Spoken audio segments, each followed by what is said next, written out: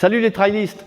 Eh bien, comme promis, je viens de descendre de cette Transalp 750 qui a été présentée à la presse ces jours-ci.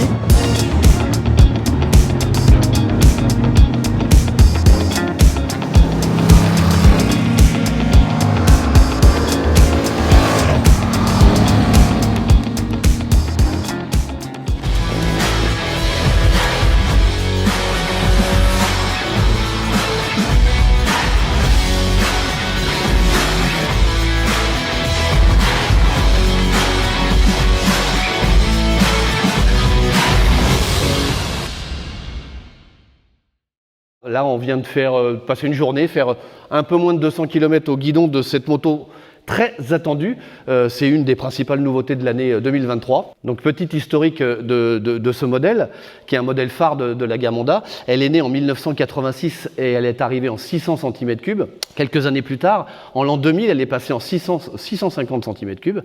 Et puis, elle a fini sa carrière en 700 cm3. Cette moto, elle a toujours été réputée pour sa robustesse. C'était pas une moto super vivante en termes de mécanique moteur. Et bien là, ça c'est la grosse révolution sur ce modèle en tout cas, c'est qu'en héritant du moteur de la Hornet 750, de la nouvelle Hornet 750, c'est devenu une moto performante, une moto puissante, une moto sportive presque. Voilà, puisqu'elle fait 93 chevaux à peu près, et c'est dans sa catégorie une des motos, dans la catégorie des mid-size, qui est une catégorie qui a le vent en poupe on peut dire, c'est une des plus puissantes. Voilà.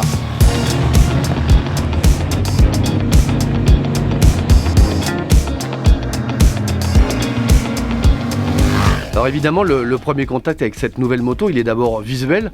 On retrouve les lignes assez consensuelles de la toute première Transalp 600, surtout dans le coloris bleu-blanc.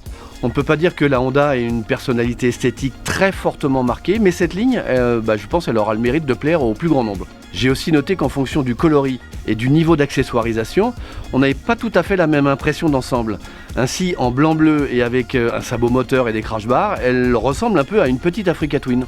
Mais sans équipement et en coloris foncé mat, on a plus affaire à une grosse CB 500X. Bon, quoi qu'il en soit, dans tous les cas, la finition est haut de gamme sur cette moto. Une fois à bord, on se sent immédiatement chez soi. Cette sensation est bien sûr accentuée par la hauteur de selle de seulement 850 mm, ce qui est très accessible pour un trail. Du coup, à l'arrêt, on a les deux pieds bien au sol et c'est très rassurant. Dès qu'elle roule, la Transalp reste très facile. La boîte de vitesse est précise, les commandes douces, la position de conduite très naturelle. C'est une moto équilibrée qui met immédiatement en confiance. Le moteur participe à cette facilité de conduite avec de la souplesse et de la disponibilité à bas régime, à partir de 2000 tours minute. Le tableau de bord fourmille d'informations, mais reste cependant lisible. La navigation dans les menus, qui se fait via le commodo gauche, réclame un petit temps d'adaptation, mais cela reste bien plus intuitif que sur une Africa Twin par exemple. On a accès à un certain nombre d'assistances électroniques, du contrôle de traction au réglage du frein moteur, en passant par les 5 modes moteur et l'ABS paramétrable, sur plusieurs configurations. Il manque cependant à mes yeux un régulateur de vitesse, et en termes d'équipement de base, j'aurais bien aimé avoir une prise de recharge pour les accessoires au tableau de bord.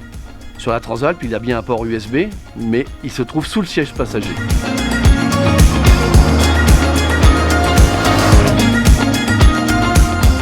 Au bout de quelques kilomètres, on a bien sûr envie d'en savoir un peu plus sur ce moteur qui fait preuve de souplesse, mais paraît bien poli sous 4000 tours minute. Une fois passé ce cap, le bicylindre nous rappelle en effet rapidement qu'il provient d'un roadster sportif, à savoir la nouvelle Hornet 750. La poussée devient nerveuse et elle ne faiblit pas un instant jusqu'à l'arrivée de la zone rouge à 10 000 tours minute. Quelle allonge! Ça tracte super fort, comme une petite sportive. La partie cycle joue quant à elle la carte de la polyvalence. Les suspensions offrent un débattement confortable, elles sont souples mais pas molles.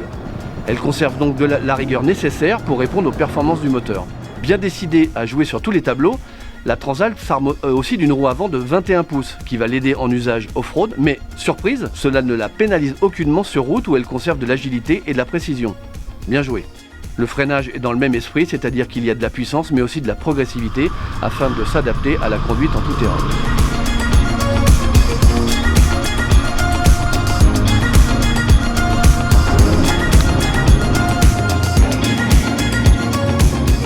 Durant cette prise de contact rapide, on a pu tester la protection sur une portion d'autoroute.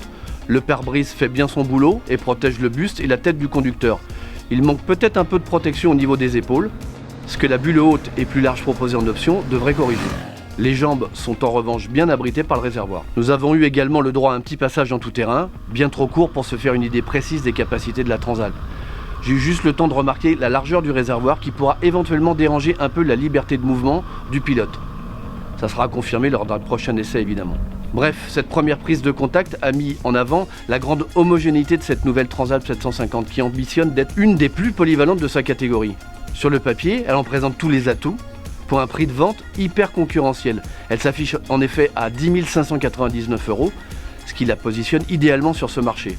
Mais ce prix plancher n'est pas sans contrepartie bien évidemment. Il faudra sûrement remettre un peu la main à la poche pour combler quelques lacunes d'équipement.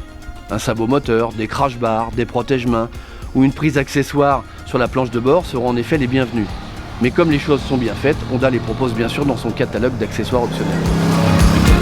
On aura bien sûr l'occasion de revenir plus longuement que cette prise de contact avec cette moto, et notamment à l'occasion d'un comparatif tant attendu autour de cette gamme de motos qui s'enrichit cette année de deux nouveaux modèles. Donc restez connectés, on vous en dit dès qu'on a mis en face d'elle toutes ces belles concurrentes pour un match qui s'annonce vraiment super attractif. Merci, à très bientôt, bye bye.